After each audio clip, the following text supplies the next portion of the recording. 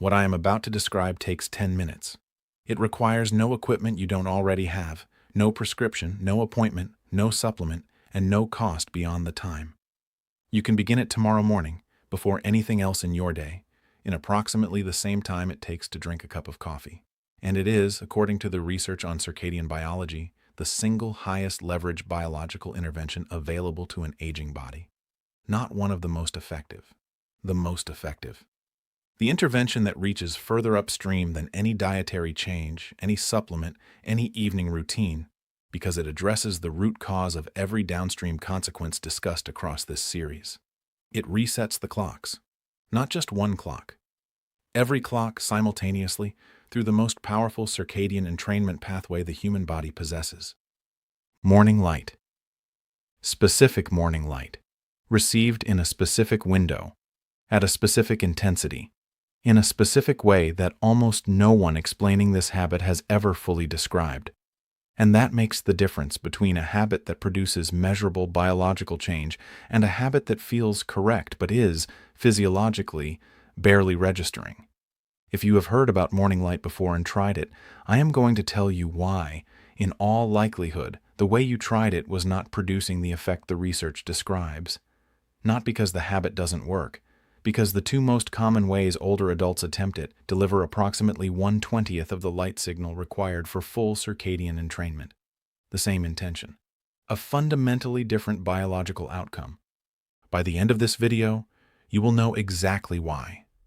You will know the specific numbers, the specific timing, and the specific positioning that separates a therapeutic morning light practice from a pleasant but physiologically insufficient morning routine.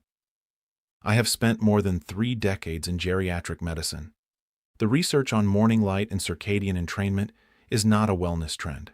It is the same mechanism used clinically to treat seasonal affective disorder, to reset the body clocks of rotating shift workers, and to manage formal circadian rhythm disorders in specialized sleep medicine. What I am describing here is that same intervention, applied to the population that needs it most and receives it least, with the precision that clinical application demands. Let me give you the frame. When an orchestra tunes before a performance, it needs a reference note.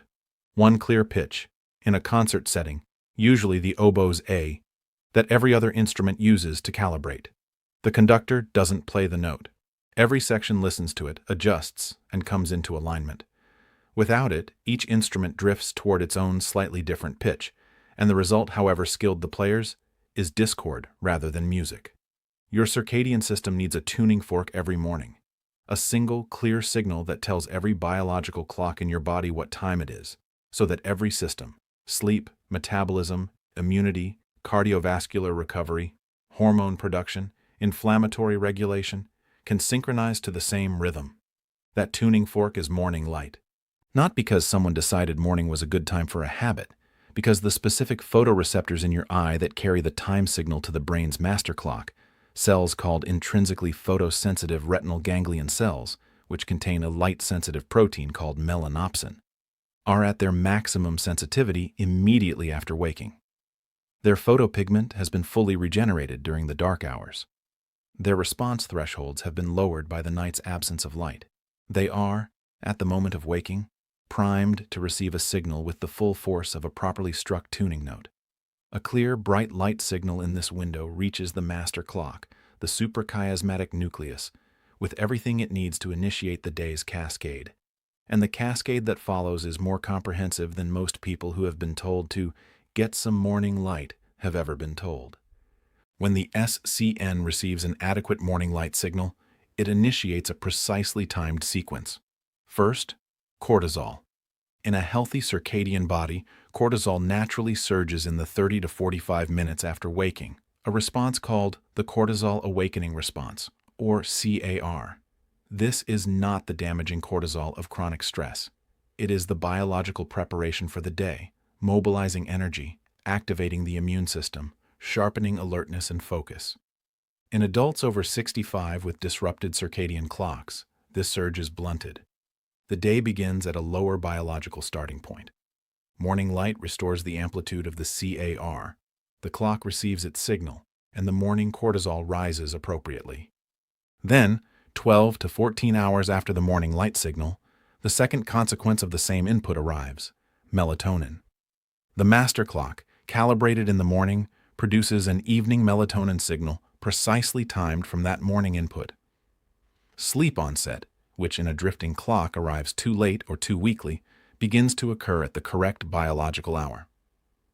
The sleep architecture follows from the melatonin timing. Slow-wave sleep occurs in its proper window. The cardiac nocturnal dip has the autonomic conditions it requires. The glymphatic system clears the brain's waste during the intended hours. The overnight inflammatory suppression runs on schedule. Every downstream element of circadian health covered in the 5 previous videos in this series, the 3 a.m. waking, the dementia risk, the exhausted morning, the evening light damage, the cardiac recovery window, traces back, in some part, to this upstream input. The tuning note sets the pitch for the entire orchestra. Provide it correctly each morning, and the sections begin to align. Withhold it, or provide it weakly, and the discord accumulates. Now, the reason most people who try this do not get these results. Light is measured in lux, the unit of illuminance, the amount of light reaching a surface, and the lux levels across different environments differ by amounts that are genuinely difficult to intuit until you see the numbers. A typical indoor room with good artificial lighting, 100 to 300 lux. A well-lit room near a large, bright window, 300 to 1,000 lux. A heavily overcast outdoor environment, 1,000 to 5,000 lux. A partly cloudy outdoor morning, 5,000 to 25,000 lux. A clear outdoor morning with sun above the horizon, 10,000 to 100,000 lux or more. The melanopsin photoreceptors responsible for circadian signaling require, for meaningful entrainment, sustained exposure of at least 1,000 to 2,000 lux. Below this threshold, the signal reaches the SCN but is insufficient for full entrainment. The clock receives a whisper rather than the clear note it needs. A person sitting near their window with morning coffee faced toward the glass, receiving 400 lux of filtered indoor light, is providing their circadian system with approximately 1/5 to 1/20th of the minimum signal required for meaningful entrainment. Not a weakened version of the right intervention. A functionally different biological event. Glass makes this worse in 2 ways. First, it reduces overall light intensity. Even clean, clear glass transmits only a fraction of the light that falls on it, through reflection and absorption. Second, glass filters specific wavelengths, including the blue spectrum light most strongly activating melanopsin. The circadian signal through a window is not just weaker than outdoor light. It is missing the component the circadian system most depends on. The second common failure is timing. Melanopsin sensitivity is highest in the first 20 to 30 minutes after waking. The photopigment regenerated during the night begins to be depleted as the eyes are exposed to light. A signal in the first 20 minutes after waking produces a circadian effect 2 to 3 times stronger than the same signal received 90 minutes later. Most older adults who attempt morning light do so after the primary morning routine is complete. After breakfast, after the news, after morning chores. By then, the peak sensitivity window has closed, and the signal that arrives lands on a system already partially adapted to the day's light, not one primed for a reset. I want to tell you about a patient I worked with. No name, because this pattern is representative enough to belong to many people watching this. They had been attempting morning light for nearly 3 months. Consistently, every morning with their first cup of tea, they sat in their bright south-facing sunroom for 15 to 20 minutes, faced toward the large glass panels. They had read about the habit. They had committed to it. They had seen no meaningful change in their sleep, their morning energy, or the 4:30 a.m. waking that had been disrupting them for 2 years. When I asked 2 specific questions, through glass or outside and how long after waking, both answers revealed the problem. Behind glass. Approximately an hour after waking, once breakfast and the morning news were done. Their estimated exposure, 300 to 500 lux, through glass that filtered the blue spectrum component, delivered past the peak sensitivity window. Their circadian system was receiving a signal 15 to 20 times below what outdoor morning light would provide, at a point in the morning when the response would be attenuated regardless of intensity. 2 changes only. Step outside, onto the porch, just beyond the glass door, no more than a meter from where they had been sitting, and do it within 20 minutes of waking, before tea, not after. Within 10 days, sleep onset moved from past midnight to around 10:30. The 4:30 a.m. waking shifted to 6. Morning energy, the readiness that had been absent for years, began appearing in the first week. By the third week, they described it as the most significant single health change they had made in several years. The intention had been correct for 3 months. The physics had been working against them for all of it. 3 elements for the complete protocol. Each one is specific enough to matter. The first is the timing and location. Go outside within 20 to 30 minutes of waking. Not after breakfast, not after the news, not after the morning has fully established itself. Within 20 to 30 minutes of getting out of bed. Outside means under open sky, a porch, a doorstep, a garden, a pavement, anywhere that the light is arriving directly from sky and sun without passing through glass. 10 minutes on a clear or partly cloudy day is sufficient. 15 to 20 minutes on an overcast or heavily cloudy day. In winter months in northern latitudes where light intensity is significantly reduced, 20 to 30 minutes. The second is correct positioning. Face the general direction of the brightening sky, toward the east or southeast in the morning, toward wherever the sun is or has recently risen. Keep your eyes open. Do not look directly at the sun, but allow the bright sky to fill your upper visual field. Do not wear sunglasses. Sunglasses filter the blue spectrum wavelengths that drive the melanopsin signal.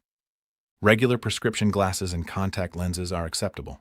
No sunglasses, even on days when it feels bright enough to need them. The third is the light therapy lamp protocol for when outdoor exposure is not available. A 10,000 lux light therapy lamp, widely available for between $25 and $60, placed at a distance of 30 to 45 centimeters from the face, used for 20 to 30 minutes within the first hour of waking. The lamp does not need to be stared at directly. Place it in your upper peripheral visual field while you eat breakfast, read, or write. This protocol is clinically validated for circadian entrainment and is an adequate substitute for outdoor light on winter days, during mobility limitations, or on days when weather prevents outdoor exposure. It is not a complete replacement for outdoor light on days when outdoor exposure is available. The full spectrum of outdoor light produces a broader signal than any indoor lamp, but it is evidence-based and effective. The consistency requirement deserves its own mention.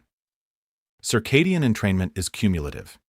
2 to 3 days of correct morning light produces noticeable changes.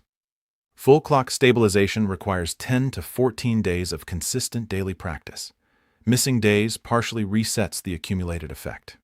The research on light therapy for circadian disorders uses daily protocols, not 3 times per week protocols. Build this as a non-negotiable element of the morning, attached to something already fixed in your routine. Leaving bed, making coffee, brushing teeth. The habit that is conditional on weather, mood, or schedule will not produce consistent entrainment. The habit that is daily will. Go back to where this video began. 10 minutes, outdoors, within 30 minutes of waking, no sunglasses, eyes open to the sky. This is what decades of circadian research, clinical application in circadian medicine, and the specific biology of the aging body have converged on as the most upstream, most targeted, and most evidence-supported intervention for the body clock. It is not a morning wellness trend. It is a repair signal. Provided correctly, with the right intensity, at the right time, with the right technique, it reaches every downstream consequence discussed across this series because it addresses their common source. If someone you know has been waking unrefreshed, experiencing the cognitive and cardiovascular and inflammatory consequences described in this series, and has not been given a single, specific, free, daily intervention that addresses the upstream cause, please share this video with them. Because the morning light habit, done correctly, is that intervention. And most people trying it are not doing it correctly. Tonight, before you sleep, download a free Lux Meter application on your phone. Search Lux Meter in your app store and choose any free version, as most are accurate enough for this purpose. Tomorrow morning, wherever you currently do or plan to do your morning light exposure, hold the phone at face level with the camera facing the same direction as your eyes and take a reading. One number. Write it down. If you are inside near a window, you will likely see 100 to 500 lux. If you are on a porch or outside on an overcast morning, you will see 1,000 to 10,000 lux. If you are outside on a clear morning, you may see 10,000 or considerably more. Next week, I am going to show you the minimum effective lux thresholds from the research on circadian entrainment in adults over 65, the environmental modifications that will bring you above that threshold if you are currently below it, and the situations where a light therapy lamp outperforms even outdoor exposure. Your number will make that video directly applicable to your own morning. Come back with it.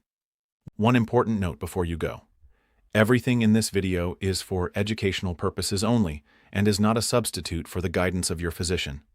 Light therapy at 10,000 lux should be used with caution by people with certain eye conditions, including recent eye surgery or light-sensitive retinal conditions, and by those taking medications that increase photosensitivity, including some antibiotics and certain psychiatric medications. If you have concerns about light exposure given your individual health situation, discuss this with your physician before beginning. For the majority of healthy older adults, the habit described in this video is among the lowest risk, most evidence-based, and most upstream interventions available for the aging body clock. The primary risk is not starting.